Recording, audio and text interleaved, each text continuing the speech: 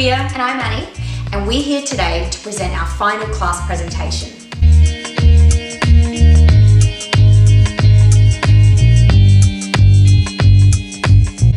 RCC Masterclass has inspired us, not only as individuals, but also as a team, to create a concept which aligns with our values, our passion, our leadership development, and also career desires.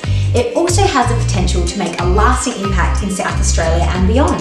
We wanted to make this presentation as organic as possible and have a conversation about how we went through all of the phases of forming, storming, norming, and performing to reach our now concept of GinBar. We came up with the name GinBar to symbolise a place of gathering, belonging, and welcoming. We thought that people go to bars for all different reasons, whether it be celebration of a milestone, catching up with an old friend, meet up with a new potential lover, to unwind after a hard day, and everything in between. All are welcome at the GinBar. Life's already so hard, so why make it harder by judging people and not being inclusive, and making other people feel uncomfortable with what makes them unique? This simple ideology, along with our own personal core values, is what led us to the beginning of GinBar. So GinBar is an event management company which aims to organise events specifically geared towards inclusivity and challenging the conventional, breaking social stigmas through people empowerment. On top of event management, GinBar incorporates a website, a blog, and social media pages dealing with taboo topics surrounding domestic violence and around women's and men's health and educating. The events we plan to organise will connect people through positivity, rejecting this idea that there is a right and wrong way to be.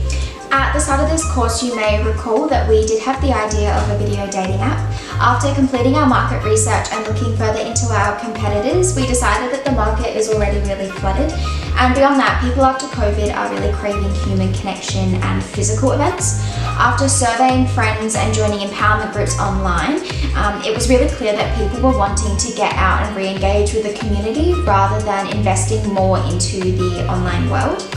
The attraction to this physical event market is the stability of the members who will engage, as well as the predicted growth and demand of this service.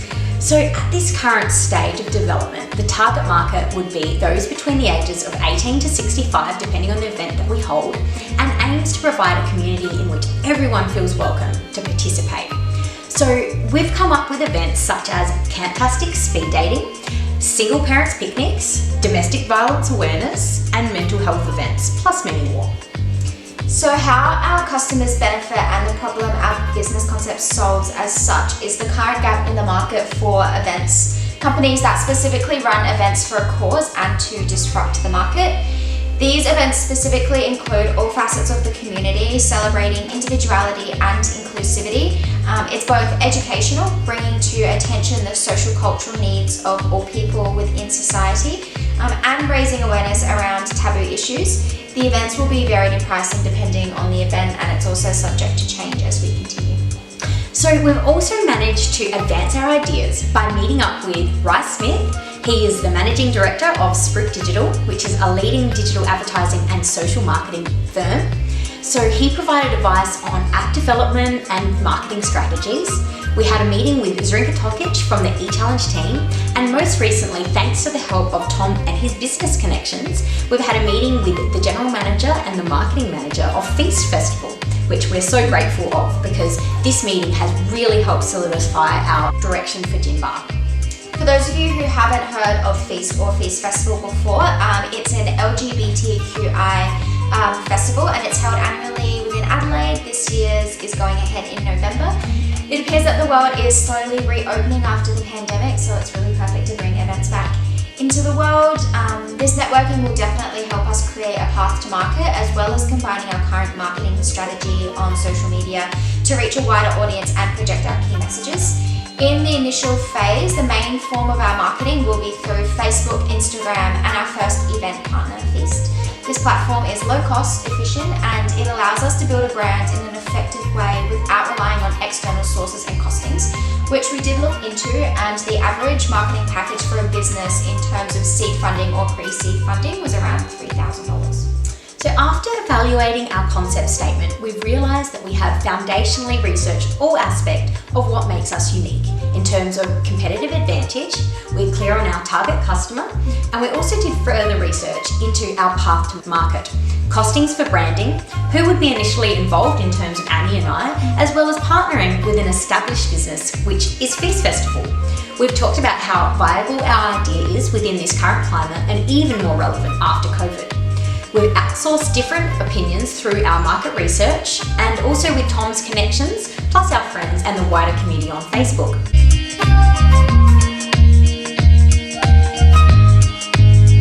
To finish off, we did our SWOT analysis, which we had to revise, and we looked at all of our different components. So with our strengths, we identified an area of the market that was currently lacking with a specific events company with a point of difference of us having inclusivity and diversity.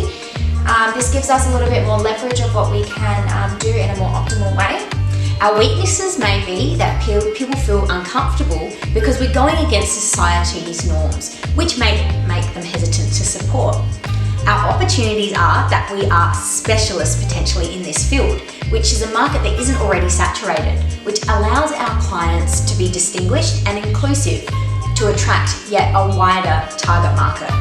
Threats currently that we have identified is that established events-based companies could start making events focused completely on diversity and inclusivity, but it still wouldn't really be the same as our company, as this market is still very niche and it's not oversaturated, as Olivia said. With a specific mindset in mind, they would really need to rework their company ethos in order to effectively pull off these events.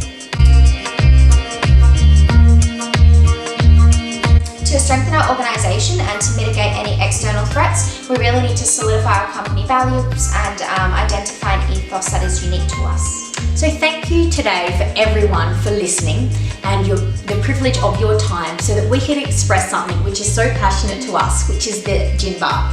If you've connected with our idea or would like to get involved at all, don't hesitate to give us a call. We'd love to have you on board. And if you have any questions, please don't hesitate to ask or to personally message us later.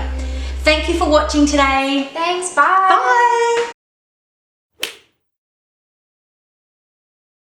Hey everyone, I'm Olivia. And I put this in.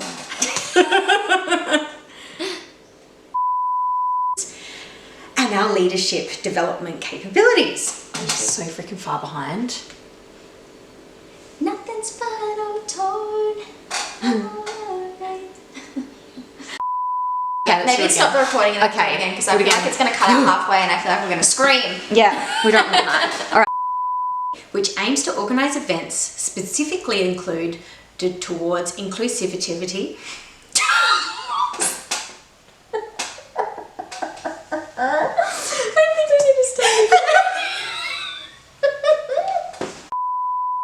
Is the camera still rolling? Yes. It's alright, I'll just cut this out. Oh.